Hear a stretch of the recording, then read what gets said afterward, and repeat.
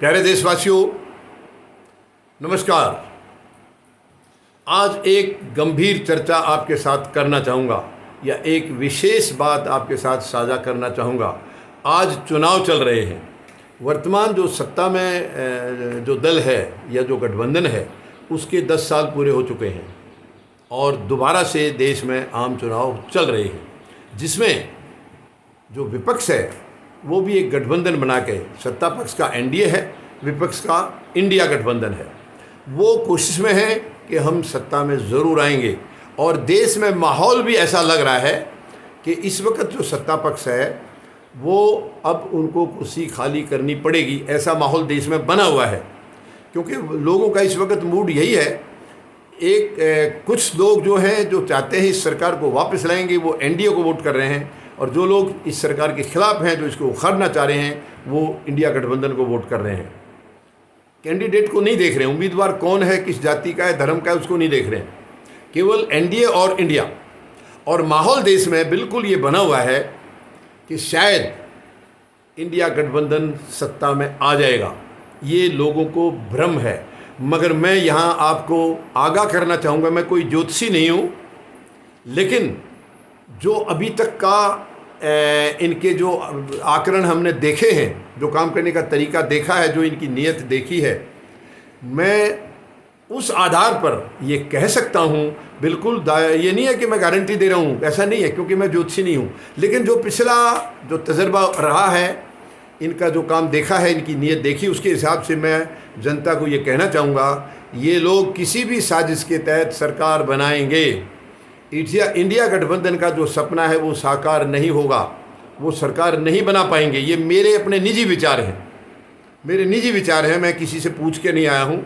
मेरे अंतरात्मा जो तजर्बा 10 साल से किया है, देखा है, उसके आधार पर मैं कह रहा हूँ, ये जो वर्तमान सत्ता पक्ष है फिर से सत्ता में आएंगे।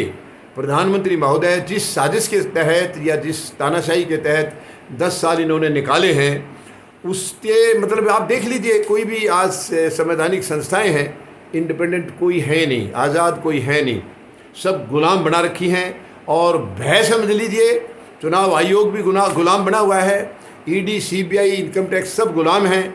और चुनाव आयोग के जो काम करने का तरीका जो दिखाई दे रहा है, साफ साफ लग रहा है कि वो सरकार के पक्ष में है। यानी आप ज़मीनी हकीकत भी देखिए, कहीं कोई कोड ऑफ कंडक्ट का उल्लंघन होता है अगर विपक्ष द्वारा, तो तुरंत नोटिस आता है। सरकार या प्रधानमंत्री महोदय द्वारा होता है तो चुनाव आयोग वहाँ से गायब हो जाता है। तो मैं इस आधार पर कह सकता हूँ, 400 पार का जो नारा दिया था वो तो अब नहीं करेंगे। सेटिंग देखिए, ईवीएम में इन्होंने सेटिंग कर रखी है, पूरा देश जानता है।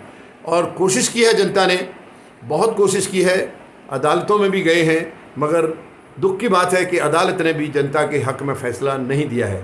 कहीं ना कहीं उन्होंने भी सरकार के हक़ में ही फैसला दे दिया है, यानी वीवीपैट की गिनती के लिए मना कर दिया गया है। अब ये क्या पीछे कारण है, मैं कोई दोष नहीं लगा रहा हूँ जुडिशरी पर, लेकिन जनता की जो उम्मीद थी वो तो टूटी है, इसमें कोई दो राय नहीं है।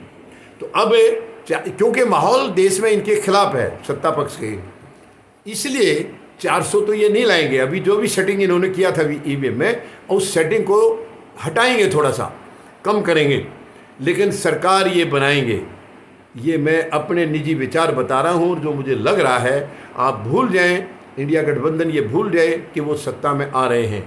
वो सत्ता में नहीं आ रहे हैं, सत्ता में यही वापस आएंगे, क्योंकि इन्होंने जो 10 साल में जो गलत सलत काम किए हैं दुनिया भर के, देश को बर्बाद करने के लिए, इनको मालूम है अगर कोई दूसरा आ गया तो तुम ख़त्म हो जाओगे। इसलिए खुद को बचाने के लिए ये किसी भी हद तक जा सकते हैं और किसी भी साजिश के तहत ये सरकार बनाएंगे। अब मैं ये नहीं कह रहा हूँ कि ये 250 सीटें लाएंगे या 272 लाएंगे या और उससे ऊपर नीचे आएंगे, मगर ये सरकार बनाएंगे। मैं आगाह करना चाहता हूँ देशवासियों को। बचे हुए अभी 3 चरण हैं, 5, 6, 7, 3 चरण बाकी हैं, 5वां चरण कल है। अगर देशवासियों से इसके लिए कुछ हो सकता है तो आप देख लीजिए, वरना मैं आपको ये बता रहा हूँ कि ये दोबारा से सरकार बनाएंगे। धन्यवाद। जय जवान, जय किसान, जय हिंद।